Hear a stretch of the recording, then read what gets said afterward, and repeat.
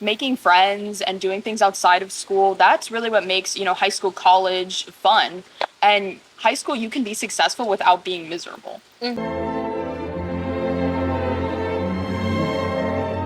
Hey babes, I'm Madeline. And I'm Deja. And I'm Emmalise. And this is the Elegance Exchange. So welcome back to season 3. And today, obviously, we have a special guest. So this is Emmalise, and she's one of my best friends. And honestly, I think she's one of the smartest people I know. This girl has a 4.8 GPA. You got accepted into what, over 18 colleges, some of them including Ivy Leagues. And she is going to a very good university. And yeah, so I had to brag on her a little bit. But basically, we are going to be giving you some study tips and some academic weapon ideas. And yeah, all right, so let's get into it. Okay, so first, obviously, we have our study methods because let's face it, you can't be an academic weapon without studying. And I feel like, coming back from the whole summer break, everyone's kind of getting back into the groove of like studying and going back to class and trying to figure out what method fits them most, Absolutely. So like, what's your go-to method? I know the way that I do it is I find like memorization is super important. So when I'm in class, I like to record my lectures if I'm able to, and then I write whatever I hear that's important. And then later I can listen to the lecture, read over my notes, and then I type out study guides. And I do that after each class. That way by the end, when I'm ready to study for my test, I have all the study material I need, and I pump that into Quizlet. I love Quizlet. This is not sponsored, but I love Quizlet. Quizlet sponsor us. And then you just do a last minute review, you look over your study guide, and you're good to go. Yeah, honestly, she sent me one of her study guides, and oh my goodness, when I tell you this is detailed. And going back to recording your lectures, you can actually, in Google Docs, I think in Microsoft Words as well, you can hit like the microphone and it'll auto type out what your professor is saying, and it saves your life. Because then you're not sitting there trying to type everything out super fast, and you can go back and review the notes. And it's very helpful too, because I know some people like me, like I can't listen and type at the same time. Like I have to be able to like look at it, have some time to process it first, and then actually look at it. So the like the little AI writing it out while it's listening, that's like the best thing for me. And note cards, it honestly is so personalized because note cards are not my friend. I fear I cannot sit there and, just flip a note card and be like, oh yeah, that's the answer. I have to go in Quizlet, otherwise it just doesn't comprehend. So it really goes to show that it's so personalized, and you just kind of have to play around with it and choose what's best for you. So now we're going to talk about becoming well-rounded. So why is this important, Emma? I think so many people, especially when they're worrying about getting into college, getting into the work world, they're just so focused on having good grades. But that's not the only thing, especially with how competitive just the world as a whole is right now. You have to show that you have a personality. They don't just want a high number. So, it's important to start that early on. If you're younger, if you're in middle school, if you're a freshman, or if you're just starting college, you should start getting involved. But do what you love. A lot of people, I feel like, always say that they just do things to do them. That way it looks good. Yeah, I think we're pretty guilty about that. At least I'm guilty of that sometimes. But, like, you have to do what you actually enjoy. Because also, when you have other people reviewing, looking at all the things you've done, they can tell that you're just doing things to sign up. You should do things you enjoy. It's so much easier to get hours. You have fun doing it. And it really helps you figure out what you want to do in the future. Because, I mean, at the end, that's the goal. And honestly, it's so telling if you actually love something, or if you're simply starting a club, or, being a part of a club just because it looks good on your, your record or your GPA and things like that. Everybody can tell. And you want to be that perfect, well-rounded person that has everything, but that's also passionate about all of their activities and extracurriculars. Yeah. And like colleges want to see that you're involved in the student life. It's not even just about the academic wise, it's like personality and like the students and the student involvement. Like they want to see that you're actually doing stuff, or that, maybe you have a leadership position in some of these clubs that you're doing, or you're really good at making making friends and jumping into a position. Everybody, in all honesty, can get good grades if they sit there and they study. But not everybody can have a social life, have a student life, and get good grades. It shows that you can multitask and be more than just one thing. I think building your student identity, an identity with your school, it's not just good for your like application wise, it's good for you mentally. School becomes so draining if you're just studying, testing, studying, testing, studying, testing. Making friends and doing things outside of school, that's really what makes, high school, college fun. And high school you can be successful without being miserable. Exactly. And same with college. I know a lot of people that have gone away for college and they simply have an awful time because they don't make friends. They don't go out, they don't do anything. They're so overcome by academics that they just get stressed and overwhelmed and they don't have any release. So, especially if you're going away or if you're simply transferring to a new school, just doing something different, make sure you put yourself out there and you get to know other people. Because otherwise, you're going to be stuck in your dorm room or your house and you're going to be miserable and you don't want to be miserable. And like we said earlier, especially with the clubs and the activities and like sports, it's a good way for you to like actually go outside and do stuff. Like there's the games, there's like, the little high school events that you guys can go to. It's so important just to be involved and like making a bunch of new friends and learning new opportunities. Even like doing things like they started a podcast, that is still something that if you enjoy doing it, it's important. I started a club because I'm really interested in mental health. I'm going into brain sciences. It's your branding. Yeah, and it's just something that I enjoy that I wanted to do with, my friends that I already had. I wanted to make new friends that were interested in the same thing. Exactly. And so even if there isn't something for what you're interested in, you could always start it. Never be shy to start because I guarantee you there's somebody else that's also interested. Right. And then that gives them an entry into a community or a, place that is accepting to them and fits into their identity. Because we always see brands building a personal style or a personal aesthetic. So why don't you do the same thing? I'm a PR and advertising major, and so I started this podcast with Deja because it fits into my branding. It fits into my personal aesthetic, but it's something that I love and I enjoy. And jumping onto the podcast as well, I started it too because I like making friends. I like helping other people, and I love giving people advice and creating more of like a safe, welcoming community as well. So that's what fits my branding as well with this. Exactly. And she's a freaking computer science major, so she's good with technology, not me. So moving on to the scary part of this episode, which is the college application section. So this, I know, is personally super overwhelming. It can be so scary, especially if you're in high school, because you have no idea what you want to do with your life 9 times out of 10. And Emma is so good at this, so we figured who better to talk about it than Emma. So I did the college application process coming up on a year ago now, which is crazy. And I have to say, it's a scary and lengthy process. It was one of the scariest times because it's how do I pick a school that's right for me? How do I know where I should apply? Do I send my test scores? Do I not? I think the most important thing is staying calm and start with your research. Do you know what you want to do? Do you not? You should research every school you're applying to. I know people that just applied because they've heard the name. Don't do that. No. You should be looking up every school you're into. Look up what their averages are for your major. Look up the graduation rate for your major.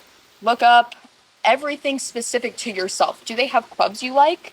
Do they have a big football team? I'm going to an SEC school. Do you like football? Do you want to go to a school like that? Do you want to go to a small liberal arts college? Do you want to have a lot of people around you? Do you want to be in lecture halls with 200 other kids? Or do you want to be in a classroom with 20 other kids? And every school, you should look into those stats. Now, I think after that, you have to start looking at the scariest part, your personal statement. Everybody freaks out because what do I say about me? Well, it's something that I would definitely say takes a lot of time. I started mine the first week of my senior year, and my first application wasn't due till the end of October this past year. So I think peer editing is important. You want to keep your personal statement close to you. You don't want to share it with everyone. Don't post it on the internet before you've submitted it to colleges. So many people do that. Don't do that. I don't think you told, how many people did you? 2. I told 2 of my friends what I wrote about. And I was one of them too, yeah. So I let 2 people, other than my mom, read my personal statement. And I think that's so important. You don't just want your eyes to look at it. And you're going to start and restart again. And that's great. You should. You also shouldn't finalize it. I've seen people in this application cycle saying they've already turned in college applications. Oh my. It opened Wow. August 1st. This is being filmed on Ugh. not August 1st. August 10th. Yeah, it's been only a few days, and your personal statement should have multiple drafts. If you're on your first draft, you should try again. And there are a few things that people don't know you should avoid in your personal statements, and I think that's really important. So what are some of those? So 'Cause you, I would have no idea. the acronym for this is RIP, R-I-P-P. So you want to avoid religion. Now, being religious is great. If you really thrive in your church, say you help out a lot, that's awesome. Talk about that. You don't want to talk about how your faith is the only thing bringing you to college, because you don't know who's reading your application, you don't know how they feel, and you don't want to be swayed by anything if it makes you happy. So the next one is intimacy. You don't want to talk about somebody you're dating. If you're in high school, do not write about a boyfriend or a girlfriend. So many people do it. Don't do that. It's not going to age well 9 times No. out of 10. As a whole, writing about another person is a risk. You want to talk about how you were affected. If you want to talk about anybody else in your life, talk about how their actions affected the way you are as a person, not about what they've done, because they don't want to know about them. They want to know about you. Okay, and then the next one is politics. If you're going into Oh, poli-sci, goodness. if you're pre-law, that's awesome. Talk about volunteering in court, teen court, doing SGA in your high school, that's great. But don't talk about your political views. Talk about how being interested in politics drives you as a person. That's okay.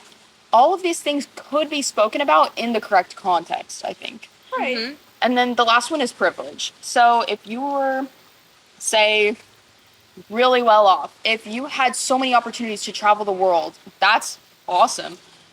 You don't want to just say, I've done this, and now I'm ready to go to school because I've had these experiences. You can talk about something specific that happened in another country, but you don't want to focus just on. Right. Honestly, it kind of sounds like if you were to post this on Instagram Reels or Facebook, okay, how many angry comments would you have? Yes. Being like, no, I don't agree with this. No, this is not right, blah, blah, blah, blah, blah. Because you don't want to include too much personal belief. Otherwise, you're going to be conflicted and you could cause a confliction with whoever's reading Yeah. your personal statement. And you don't want that. You don't want that. And like just some like unnecessary controversy. Like you don't want, someone to be reading it and they just get like highly offended or they think it's wrong or they completely disagree with you, because then it just completely throws off your chance. Then they're not gonna like No. you very much. I mean, think about it. If you were sitting here reading something about someone or a belief that you strongly had, but it was opposing, would you really like that person when they really opposed what you said? No. And then when it's coming to applying to specific schools, certain schools have supplemental essays, and those you should really gear not on yourself, but on the school. So I know mine, for the school that I ended up going to, their supplemental, I talked about how I would use my 5 senses to soak up every detail of the school I'm going to. So that's where your research comes in. You talk about the dorms. You get really specific about where you want to live, what classes you want to take, look up professors that you would want to do research with. Super, super important. And then fee waivers, I think, is important too, because applying to college is expensive. Yes, it is. And if you're applying to, 18, 20 schools, reach out. A lot of the time, if you send an email to their admissions committee and say, hey, I just wanted to see if there was any way I could get a fee waiver for this, they'll normally be like, oh, absolutely. Sure, here. And it's really It's worth a shot. yeah, it's about Exactly. advocating for yourself truly when it comes to applying to college, getting into college. You want to make yourself a package, and I think the first step towards that is showing your drive. Absolutely. And it shows that you can be an adult and you can be a big girl or you can be a big boy and you can actually put yourself out there and say, hey, I need this. Will you accommodate? It also shows that you're committed. It shows that you're committed. It Absolutely. shows that you're driven, and it shows that you're like you want to do this. Like you're serious. You want to get into this college. It makes you look really good and professional. Right. So that kind of brings us into scholarships. Those are super important. Scholarships, do them.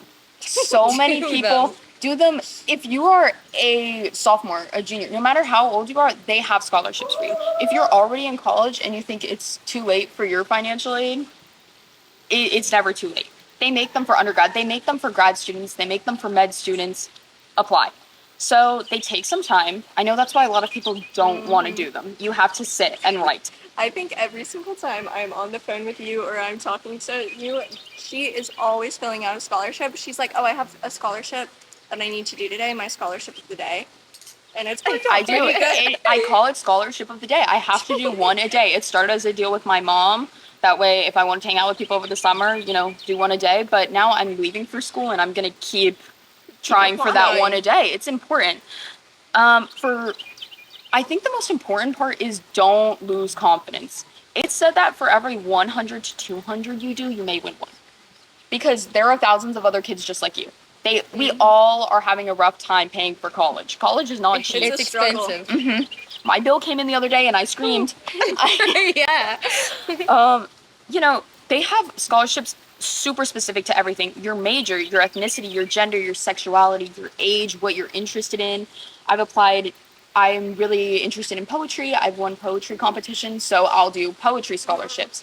I'm Hispanic, and one of the ones I've won was a Hispanic scholarship. You had to be Hispanic to apply. And I would say I won one on bold.org. I really like that one. They have tons, and if you fill out your account, they auto match you to ones that you work well with. So I would definitely recommend that. But you can find them everywhere, like Instagram, newsletters. Normally your school will send them out and it'll be a link on a newsletter. Or just search the internet. You can literally Google scholarships for undergrad. I think even Pinterest has some. They probably I do. think so. Mhm. And honestly, then it's kind of good because you're getting a little bit more exposure to things that maybe other people aren't seeing. Yep. So there's less competition for said scholarship. And this is where it's also important, going back to the clubs and the student involvement. Most of the time, like when I was in high school, our clubs would have certain scholarships. Like the person in charge of the club, they'd be like, "Hey, you guys, I need you guys to fill up the scholarship because there's a scholarship for like National Honor Society or like maybe Science Society." Like there's always a scholarship. Even with band, they always did like Yes. some band, There's choir, always something. music scholarship at the end of the year. So it's important too to have those connections that can also give you more opportunities and more scholarships. Honestly, connections get you everywhere in They this really life. do. Mm-hmm. I know. Scholarship wise, I've applied to well over 100. I've won 2. So And she is like crazy smart and comes up with the coolest ideas for essays and things like that. It's So just- don't take it personally. I know one of the ones I won, the students that had won it in the years like prior to me, it was like somebody from Harvard had won it the year before, somebody from, UCLA won it the year before. So everybody is doing them and you can't be intimidated by that. I really don't think so. But if you're a senior, I would definitely say do them. Most of the time you don't have a heavy workload class-wise, Right. academically, so you have the time. But also, it's going to help your writing for your personal statement. The more true. scholarships you apply to, the better your personal statement would be. And I know mine was one, I worked really hard on it. If anybody needs help with one, I would be happy to share mine and link it or whatever. But I would definitely say that's the most important thing. Everybody reads your personal statement. And I know you get a COVID statement too, you did last year, on if COVID affected you. That's another 250 words you get because your personal statement is only 600 words. And honestly, if the word count isn't intimidating to you, think about it this way. A lot of us who are taking DE classes or who have simply written a lot of essays before, think about it this way. Typically, 250 words is one discussion board. And that's how I look at it. It's not that scary when you put it into perspective. You just have to get over the fear and just start writing. Yeah. And I think a lot of people freak out because they think it's too short. But I think it's either 600 or 650. So many people say, well, I need thousands of words to talk about myself. Remember, start long and you can condense. There are so many things about yourself that you can just put into a small package. Don't just add on every detail about yourself. Think, will they find this interesting for me to apply with? You don't want to bore people. Okay? It's exactly like watching a TikTok. Are you going to be hooked within the first 5 seconds? Or are you going to scroll away and be like, that was boring? Exactly. You got to hook them. First your impression is claws in 'em. everything. So, yeah, with that being said, there are a bunch of different study methods, tips into getting into college, so many things that you can do. But truthfully, stick to your personal identity, build your brand, and become the best version of yourself and put your best foot forward because that's all they need to see. You're not competing against everybody else, you're competing against you. And that's something that is super important to know. So, we are on a bunch of different social media platforms. We're on TikTok, Spotify, YouTube, Instagram. Our most popular ones are on TikTok, and we love seeing your guys' comments and your guys' feedback. Absolutely. And we're going to link all of those down below. And then we're also going to link a similar video so you can get some more ideas because I believe we have done an episode in the past. It wasn't as good as this one because we didn't have this smarty right here. But we will link that down below. And then we'll link Emma's personal profile down below as well so you can get her checked out and see what she's up to in college. Yes. And yeah, with that being said, we love you, babes. And bye. Bye.